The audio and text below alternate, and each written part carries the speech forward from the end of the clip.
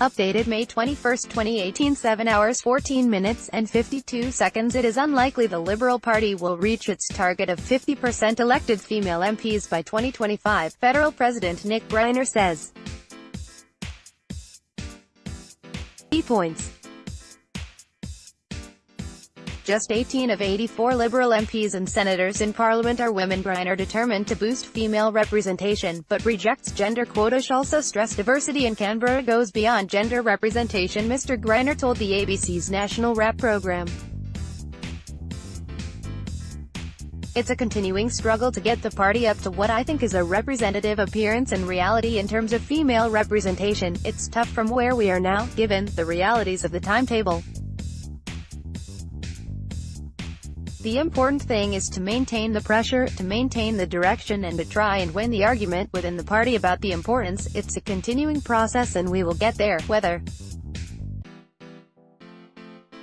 we get there precisely by that target in 7 years' time, we'll have to wait and see. And a 15-year low, just 18 of the 84 Liberal MPs and senators in Parliament are women.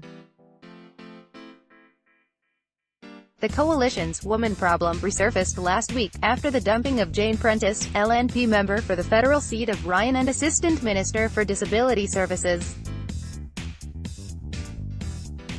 Mr Greiner believed Ms Prentice's defeat was about the numbers. It's about politics, it's not about gender, he said. I think it's a bit easy to conflate everything in these sorts of situations. The nature of political parties and political process is that you do have competition, and the Liberal Party certainly believes, as does the National Party, in a competitive process and the right of individual members to put their names forward. Brisbane City Councillor Julian Simmons was selected as the LNP's party candidate in the seat's pre-selection ballot. Liberal Party Women's Committee Chairwoman Helen Kroger warned the coalition can't have blokes contesting incumbent women within the party. We cannot be removing women from incumbent positions without replacing them with women, she said. Ms. Kroger told the RN Drive the party cannot go backwards in terms of female representation.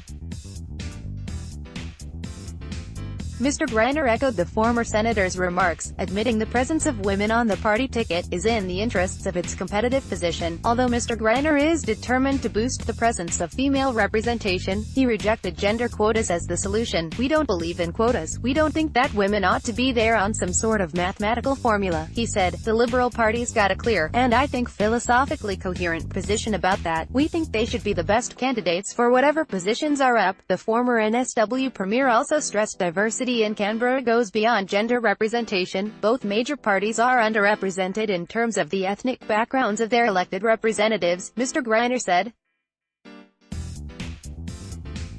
Australia and China need sustainable long-term relationship. Mr Greiner appeared on National Rep just hours after returning from Beijing.